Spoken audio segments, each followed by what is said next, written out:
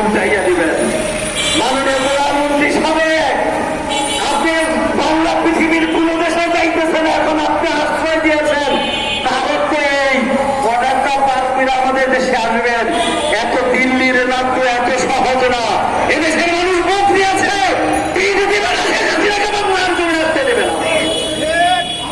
প্রিয় ভাইয়ার আমার কত সুন্দর উনি বলেছেন, আমার প্রিয় 400 কোটি টাকা কামাই করে উনি কত হাজার কোটি টাকা কামাইয়া বাক্স করেছে।